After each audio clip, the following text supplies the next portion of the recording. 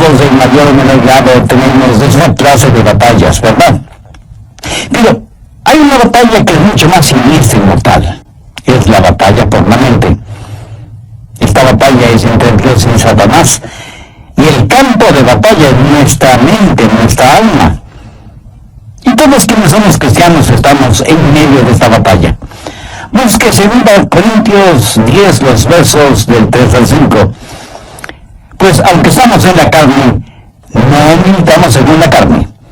Porque las armas de nuestra milicia no son carnales, sino poderosos en Dios para la destrucción de fortalezas, derribando argumentos y toda altivez que se levanta contra el conocimiento de Dios, y llevando cautivo todo pensamiento a la obediencia a Cristo.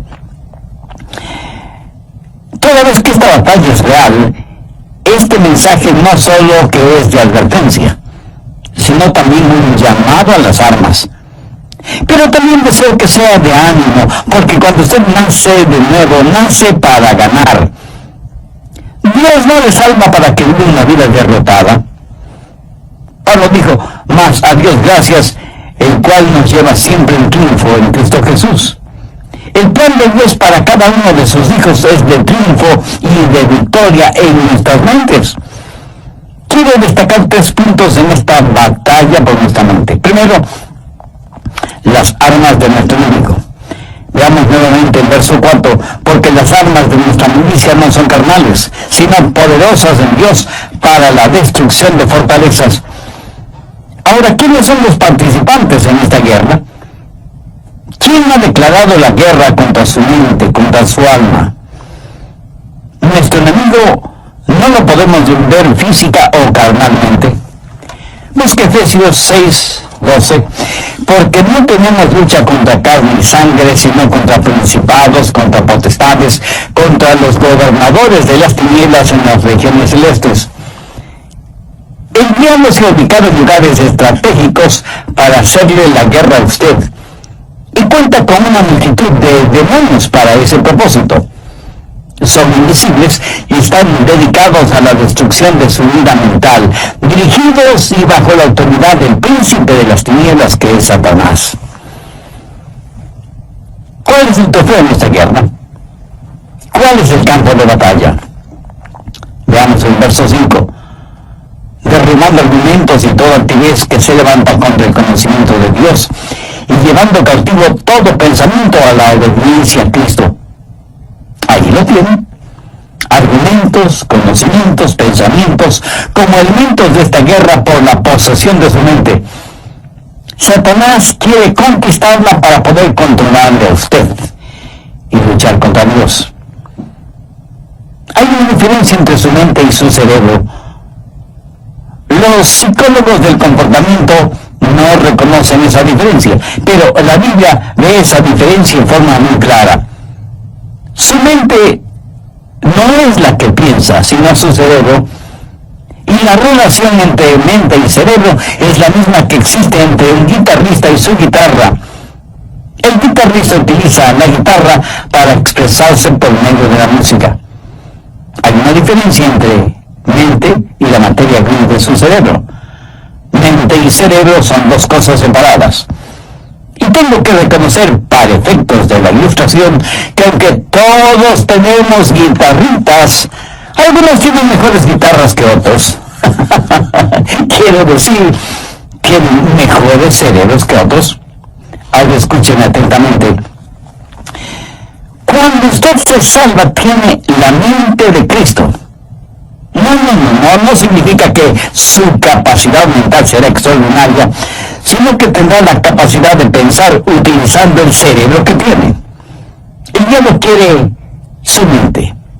Y el hecho de que usted tenga la mente de Cristo, el hecho de que usted haya sido salvado, no significa que la guerra se ha terminado para usted. Recuerden que Pablo está escribiendo a los hermanos en la iglesia de Corinto. Sin embargo, el apóstol tiene preocupación espiritual por ellos. Veamos 2 Corintios 11:3. Pero temo que como la serpiente con su astucia engañó a Eva, vuestros sentidos sean de alguna manera extraviados de la sincera fidelidad a Cristo. ¿Qué es lo que está diciendo el apóstol Pablo?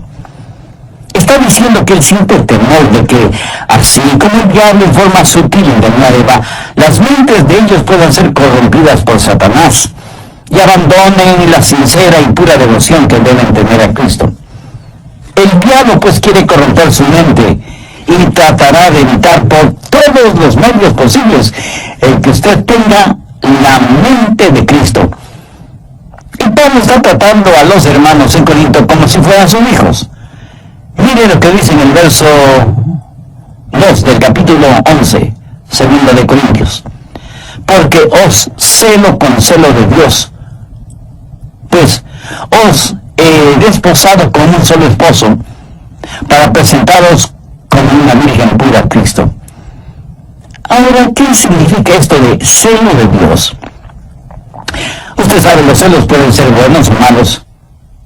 Hay un celo que puede destruir, y hay un celo que protege a aquellos que amamos.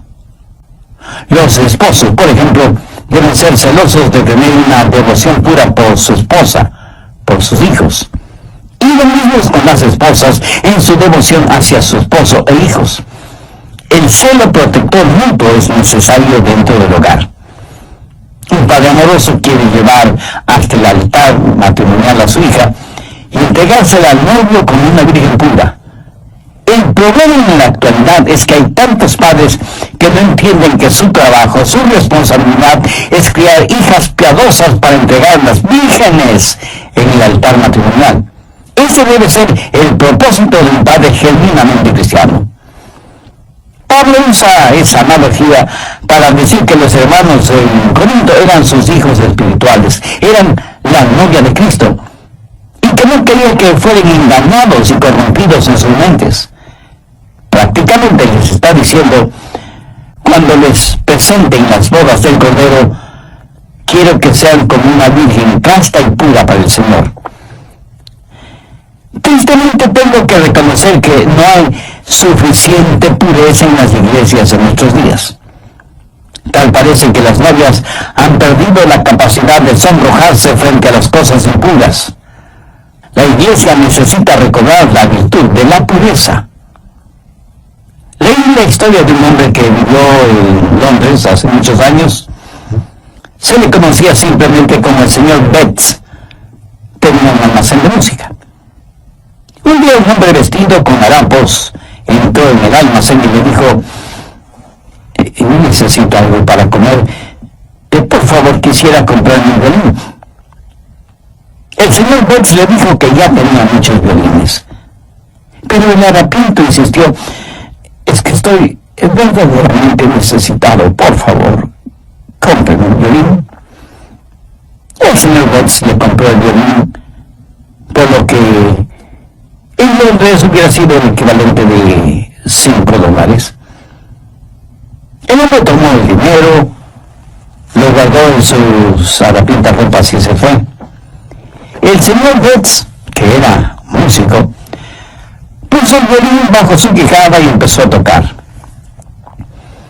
Armoniosas y resonantes notas salieron de ese violín. El señor Betts se sorprendió de la calidad del sonido del violín y con la ayuda de una vela trató de ver su interior y pudo distinguir dos palabras: Antonio Stradivarius. Y se dio cuenta que tenía un verdadero tesoro en sus manos. Y el hombre de harapiento se lo había vendido por el equivalente de $5. El señor Betts era un hombre bueno y honesto.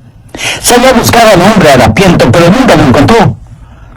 Muchos años después, el señor Betts vendió ese violín por $5,000. En la actualidad, un violín Stradivarius cuesta una verdadera fortuna. Ahora haga la analogía. Algunos jóvenes se venden muy barato cuando permiten que sus cuerpos se conviertan en sucios objetos de placer sexual, en vez de cuidarse y guardarse para aquella persona con la cual se casará. Pablo dice, como un padre quiere proteger a su hija para presentársela pura a Cristo, así quiero protegerles a ustedes que forman la iglesia para que tengan una mente pura y una sincera devoción por Cristo. Mi amigo, hay una batalla por su mente. El diablo quiere poseer su mente porque sabe que si puede tenerla, puede corromperla, puede alejarle del Señor Jesucristo. Vivimos en un mundo que tiene una mente totalmente corrompida. Y recuerde que, de acuerdo a Génesis 6, Dios destruyó a toda una civilización porque todo designio de los pensamientos del corazón de ellos era de continuo solamente el mal. Por favor, busque Romanos 8:6. Porque el ocuparse de la carne es muerte, pero el ocuparse del Espíritu es vida y paz. Y en Proverbios 23:7 leemos, porque cuál es su pensamiento en su corazón, tal es él. O sea, la Biblia claramente enseña que necesitamos guardar, proteger nuestra mente. De paso, quiere decir algo para aquellos que pudieran estar cautivos en eso de la meditación trascendental.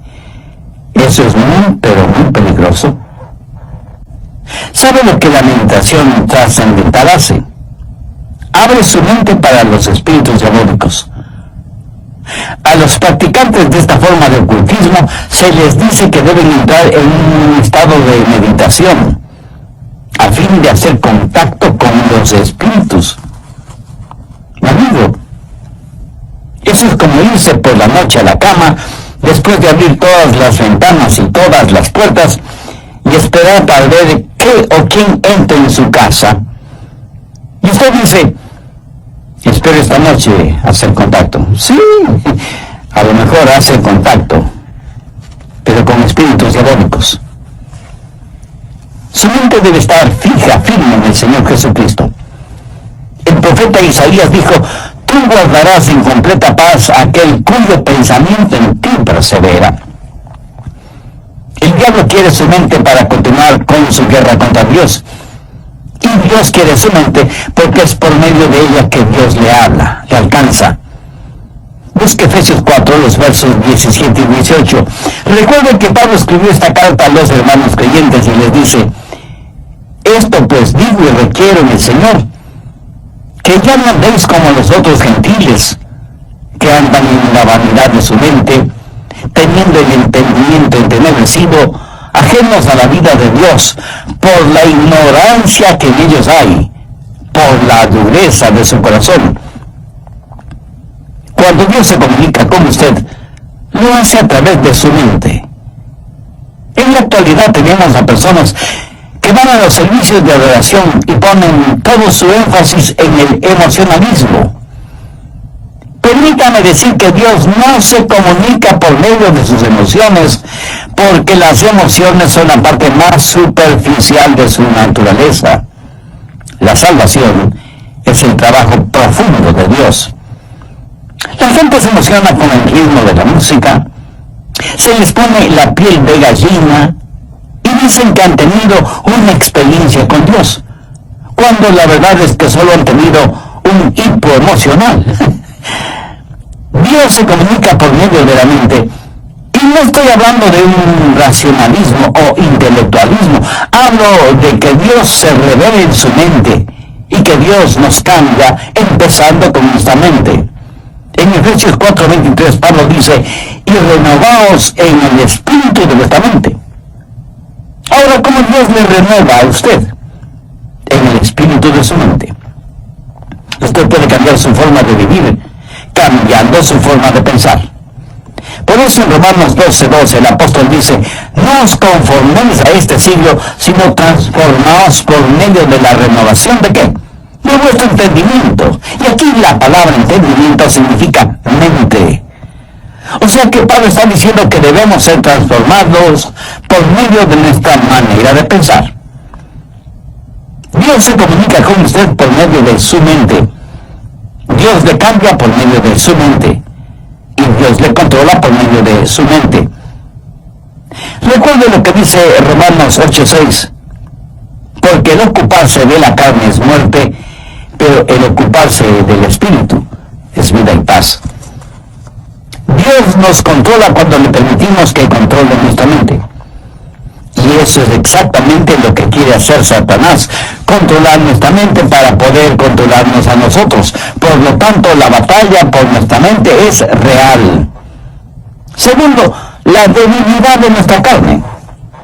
Y es muy importante entender esto. En nuestra propia carne, todos somos débiles. 2 Corintios 10:3 dice, pues aunque andamos en la carne, no militamos según la carne. En otras palabras, su carne, o sea, su estado natural, de ninguna manera tiene lo que se requiere para tener un proceso mental correcto. Y porque vivimos en la carne, todos tenemos problemas, desilusiones, enfermedades, todos experimentamos las cosas mundanas de la vida. Y no piense que porque usted es ya salvo, va a vivir en un planeta diferente, inmune a las realidades de la vida en la tierra. Algunas personas se encierran en monasterios pensando que así vivirán vidas santas. Se cuenta de un hombre que decidió entrar en un monasterio cuya regla principal era el silencio. Podían decir solo 2 palabras al año. Al cumplir el primer año fue llamado por el superior del monasterio, quien le dijo, ya tienes un año aquí, puedes decir tus 2 palabras. Y el hombre simplemente dijo, cama dura. Después del segundo año, sus 2 palabras fueron, mala comida. Al tercer año, y frente a su superior, dijo, me voy. Y su superior le contestó, está muy bien que te vayas, porque en los 3 años que has estado aquí, lo único que has hecho es quejarte. Aunque vivimos en la carne, no es contra los partidos políticos, ni contra la oficina de impuestos, ni contra Hollywood, ni contra suegros, especialmente las suegras. La batalla de la mente es contra Satanás. Y usted nunca podrá ser más listo que el diablo. Él se burla de nuestros esquemas, ridiculiza nuestras organizaciones, y aunque muchas personas piensan que esta batalla puede ser ganada por medio de la educación, eso no es cierto. Ahora escúcheme, de ninguna manera yo estoy en contra de la educación.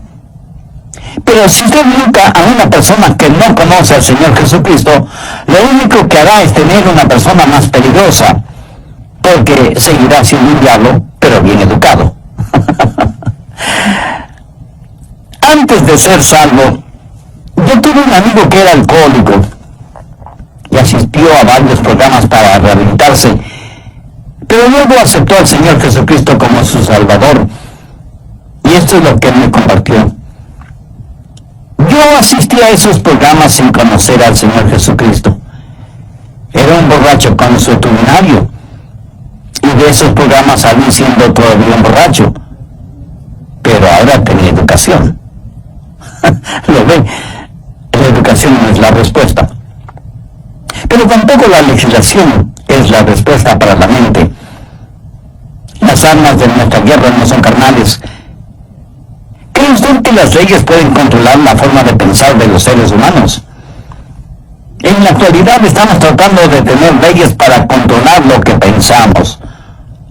La ley castigará toda manifestación de odio, verbal o físico. Sin embargo, ninguna legislación puede obligarnos a amarnos unos a otros o a odiarnos unos a otros. Las leyes solo pueden restringir la maldad, pero no pueden impulsar la bondad. Así que ni la educación ni la legislación son la respuesta. El medio ambiente tampoco es la respuesta. Pablo dice que las armas de nuestra guerra no son carnales, y la educación, la legislación y el medio ambiente son métodos carnales. Esas son cosas que la gente puede hacer sin el Señor Jesucristo. ¿Cree que si usted tiene un mejor medio ambiente, eso cambiará su manera de pensar? Bueno, solo quiero que recuerde que Adán y Eva se metieron en problemas estando en el jardín del Edén.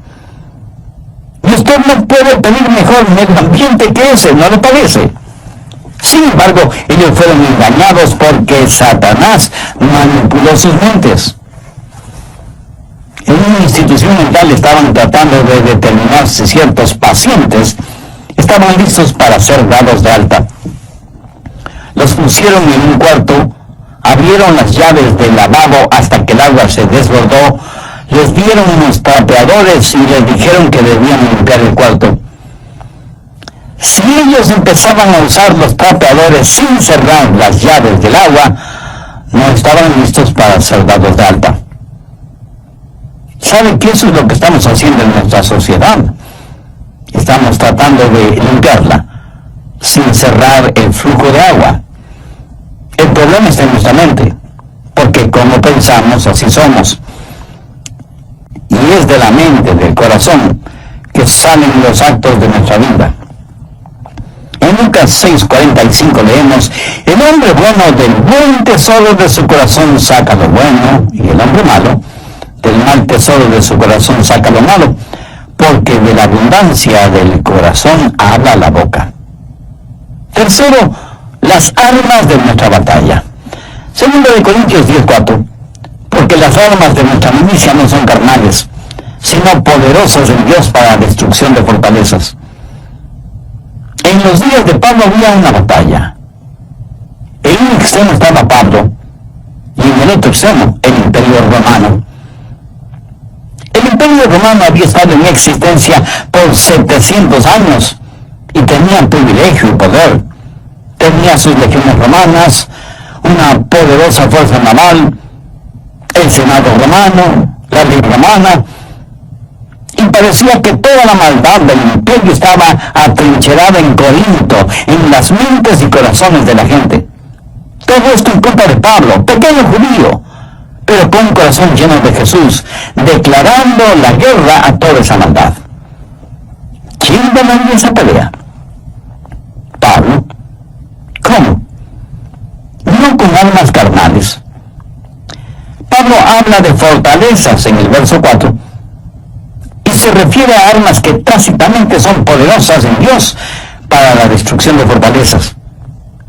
Las murallas de esas fortalezas iban a ser derrumbadas. ¿Qué clase de resistencia hubo en los corazones y mentes de los corintios entonces y en la actualidad de nosotros? Arrogancia, ignorancia, desesperación. Todas estas son fortalezas de maldad. Y dentro de cada fortaleza, los demonios trabajan en la mente en forma muy organizada, movilizando los ejércitos infernales para hacer más fuerte la resistencia. Sin embargo, Pablo dice que esas murallas se desmoronarán. Y en el verso 5 menciona cosas muy importantes: derribando argumentos y toda altivez que se levanta contra el conocimiento de Dios, y llevando cautivo todo pensamiento a la obediencia a Cristo. Aquí está esa fortaleza con sus altas torres, y Pablo penetrará esa fortaleza para alcanzar a quienes están adentro. Pero durante ese proceso, Pablo dice que tendrá que destruir esa fortaleza. Ahora, ¿de qué está hablando el apóstol? No está hablando de inteligencia, sino de intelectualismo, de sofisticación mental. Pablo sabe que dentro de esas fortalezas hay personas que están cautivas. Y él iba a capturar a esos cautivos para traer todo pensamiento cautivo que estaba secuestrado por Satanás a la libertad de la obediencia a Cristo.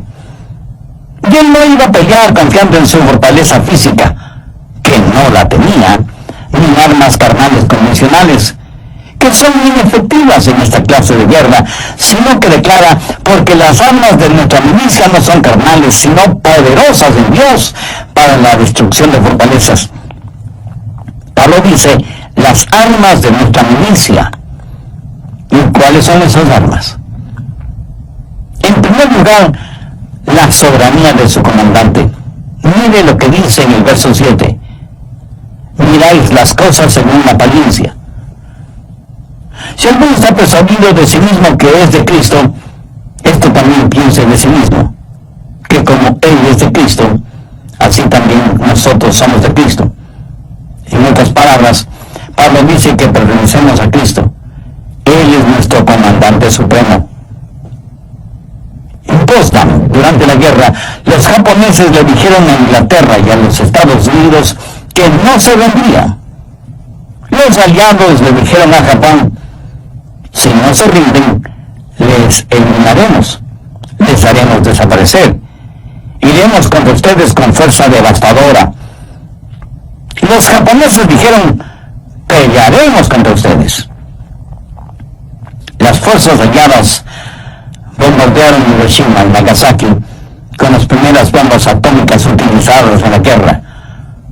Los japoneses se rindieron después de que prácticamente casi fueron borrados de sobre la faz de la tierra.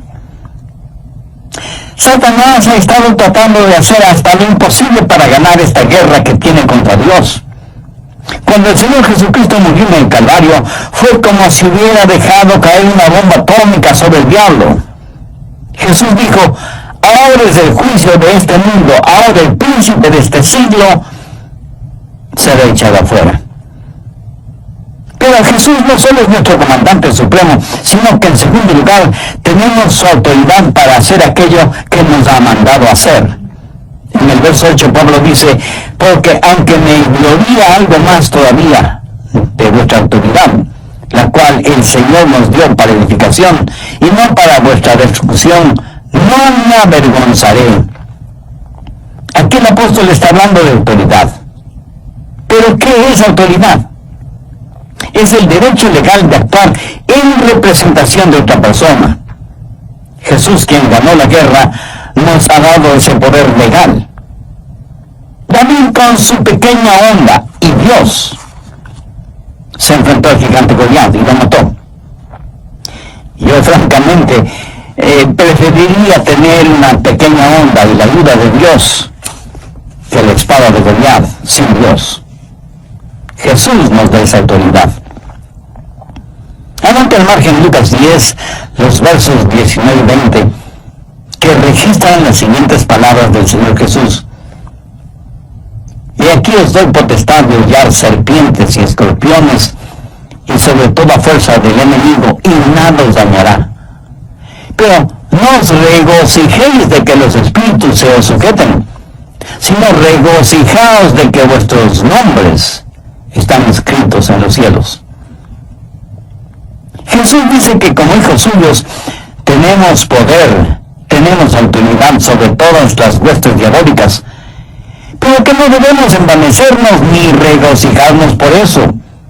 No debemos ser orgullosos de tener esa autoridad, sino que nuestro gozo verdadero debe ser el saber que nuestros nombres están escritos en los cielos. Escúcheme, no es cuánto sabe usted sobre el diablo lo que le libera.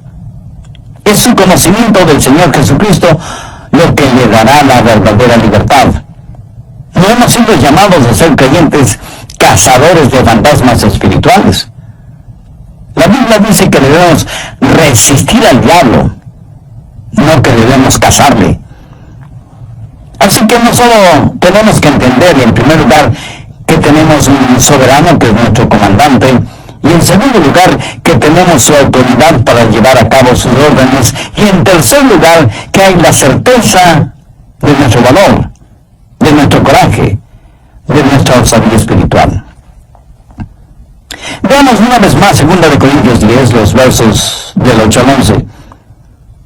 Porque aunque me gloríe algo más todavía de vuestra autoridad, la cual el Señor nos dio para edificación y no para vuestra destrucción, no me avergonzaré, para que no parezca como que os quiero amedrentar por cartas.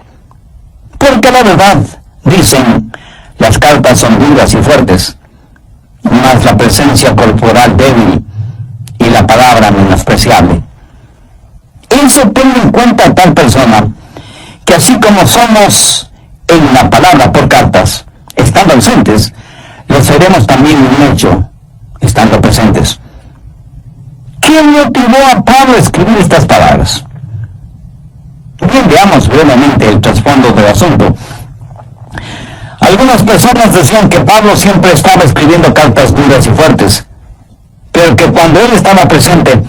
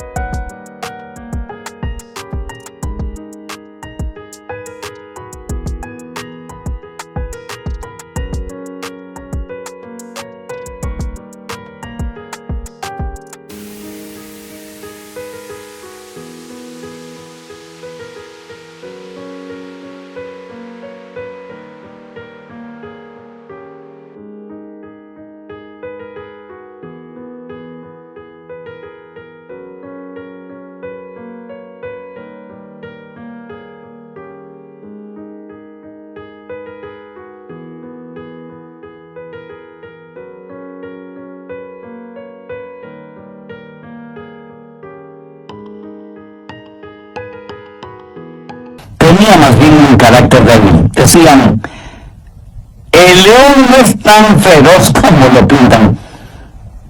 Y Pablo tiene que asegurarles que tanto como era fuerte y duro en sus cartas, lo mismo sería en forma personal cuando estuviera entre ellos. Pero les dice algo más, que pertenecía a Cristo y que Cristo había ya ganado las batallas por él, que Cristo mismo le había dado autoridad y que debido a esas circunstancias tenía el valor y el poder para ganar esta batalla de la mente. Por favor, escúcheme con atención. Lo que usted piense, eso es lo que será. Chuck Swindoll está en lo correcto cuando afirma que la actitud de una persona lo es todo. Una vez que usted ha recuperado la fortaleza de su mente, necesita de inmediato protegerla, resguardarla. En Proverbios 4:23 leemos, sobre toda cosa guardada, guarda tu corazón, porque de él mana la vida. En los aeropuertos de las más grandes ciudades metropolitanas del mundo, las medidas de seguridad son realmente impresionantes. Sensibles detectores metálicos avisan al personal correspondiente si usted tiene en sus bolsillos llaves, monedas o cualquier otro objeto metálico. Detectan anillos, aretes, collares, pulseras, relojes. Y en la actualidad las cámaras de rayos X pueden ver la totalidad del cuerpo humano, por si alguien trata de llevar oculto entre su ropa íntima algún objeto o sustancias prohibidos. A veces pienso que sería formidable el tener esos sofisticados detectores a la entrada de las iglesias para detectar el pecado. Pero si tal cosa fuera posible, estoy seguro que nadie quisiera entrar en las iglesias, ni siquiera sus pastores. En Filipenses 4:8 Pablo dice, por lo demás, hermanos, todo lo que es verdadero, todo lo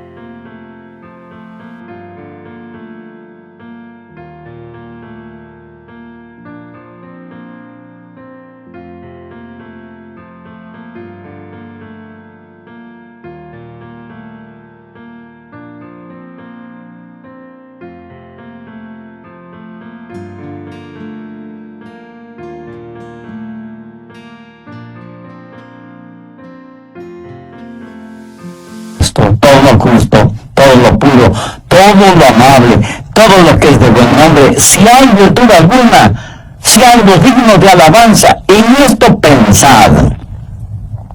Dios nos hizo de tal manera para que no podamos pensar en dos cosas distintas al mismo tiempo. Permítame explicarle esto. Si usted está pensando en algo que es bueno y correcto, de ninguna manera puede pensar al mismo tiempo en algo malo e incorrecto. Y usted no tiene que ser inteligentísimo para ver la lógica de esta declaración. Y aunque ya lo he mencionado varias veces, usted es lo que piensa. Proverbios 23:7 dice, porque cuál es su pensamiento en su corazón, tal es él. Proteja su mente. Tenga al Señor Jesús como el punto central de su mente. No permita que el diablo le robe la devoción de su corazón puro hacia el Señor Jesucristo. Viva permanentemente enamorado de Jesús y jamás se avergüence de confesar su amor por Él. ¿Se avergüenza usted de confesar su amor, de declarar su amor por la persona que verdaderamente ama? Estoy seguro que no. Cuando sus pensamientos, su corazón están enfocados, centralizados en el Señor Jesucristo, ya no habrá espacio para pensamientos sucios, lujuriosos, malvados, orgullosos, pervertidos, que constantemente nos bombardean. Y si alguien me pregunta, Pastor Rogers, ¿cómo empiezo todo ese proceso? Bueno, gracias por su honesta pregunta. Debo empezar diciéndole lo siguiente. Comience entregando su corazón a Jesucristo. Pablo en 2 Corintios 4:4 dice, en los cuales el Dios de este siglo cegó el entendimiento de los incrédulos, para que no les resplandezca la luz del Evangelio de la gloria de Cristo, el cual es la imagen de Dios. Verá, su mente sin Cristo es realmente ciega a las cosas espirituales. No quisiera que Dios removiera esa ceguera espiritual al entregar su corazón a Jesús. Si todavía no es salvo, no quisiera hacer esa decisión en este mismo momento. Si ese es el deseo de su corazón, quien quiera que usted sea y donde quiera que esté, le invito a orar conmigo